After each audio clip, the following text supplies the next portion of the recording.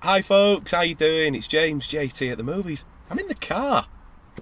So don't worry, I'm not going down the M1 or anything like that, blasting away, phone in one hand and steering wheel in the other sort of thing. Now I'm parked up actually waiting for some food, of all things. But yeah, I wanted to do another 5-minute films for you, and the whole point of me doing this sort of a bit more of a relaxed format and completely editing it from my phone was so that I'm able to do things like this on the go, and they don't always have to be in the movie room with sort of like a studio sort of quality setup, as it were. But yeah, I've watched a few films recently, and so I thought I might do a couple of these videos and talk to you about them. So this episode is my thoughts and a little bit of a review on the 1991 Martin Scorsese remake of Cape Fear. And what a really great film that is. I absolutely love Scorsese's work. I'm a bit of a Scorsese nut, really, as I think most of our sort of Blu-ray collectors and film lovers in the community are. Really, he's just one of those blokes that just seems to lend himself to his work being, really sort of well received, doesn't it?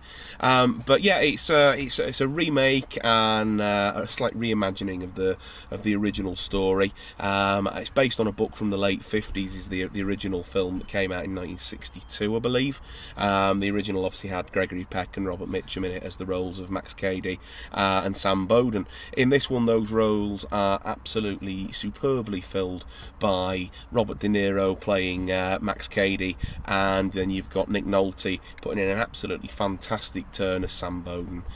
Bowden's the attorney that represented Cady when he was up on a rape and aggravated assault charge 14 years in the past, and basically Cady didn't win. He went to prison for those 14 years, and he's thought of nothing but revenge for that time. And then it's one of those things where it's like, actually, does Bowden have a secret, and did he do all that he could to defend Cady? And there's that whole sort of legal versus moral obligation bit, and we find out later on in the story that actually Bowden had covered up some evidence that would have meant that that Cady had a stronger case and possibly not get convicted for it, and morally he couldn't bring himself to do it. Legally, obviously, he did the wrong thing. He hid evidence and hindered somebody's legal case, but morally he knew that he had attacked and raped the girl, and that he would likely walk on a technicality if this evidence was brought out.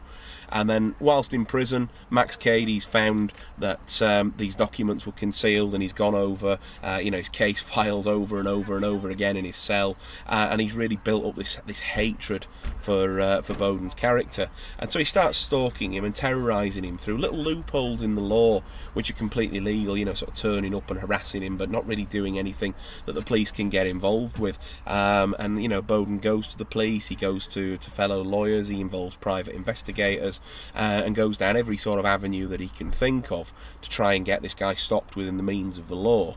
And when he finds that he can't do that, he decides he's going to take matters into his own hands. As I say, Nick Nolte is absolutely fantastic as Sam Bowden. It's a really, really, really great performance from him.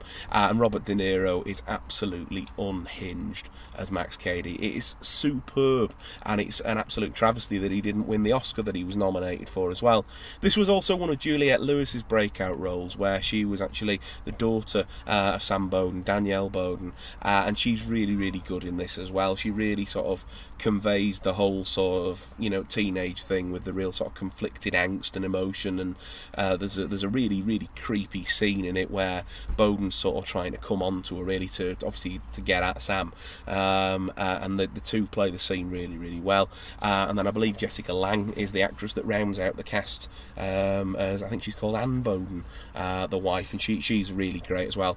But it's just really, really just a great thriller. It's really well written. I really loved that Elmer Bernstein, who was in charge of the music for this, rather than rescoring it, he took the music from the original film and reused the cues and the scores and adapted it for the modern film. It really helped it feel like a true successor to the original. And any keen music lovers will know that theme has also been adopted by The Simpsons as Sideshow Bob's theme, after they took off this film and this version of the film in an episode of The Simpsons where the Simpsons become the Thompsons. But yeah, I really enjoyed this film. It's the first time I've come back to it in a few years, and I would definitely recommend checking it out as well. Another bit of trivia for eagle-eyed viewers as well, is that both Robert Mitchum and Gregory Peck appear in this film in cameo roles. It's really nice when remakes are able to do that, and when remakes are done well as well. I watched this film on Netflix, where it's available in HD. I do also have the DVD, which holds up as well, but it's readily available on DVD, Blu-ray, and obviously streaming at the moment. I would recommend this film, and definitely go and check it out.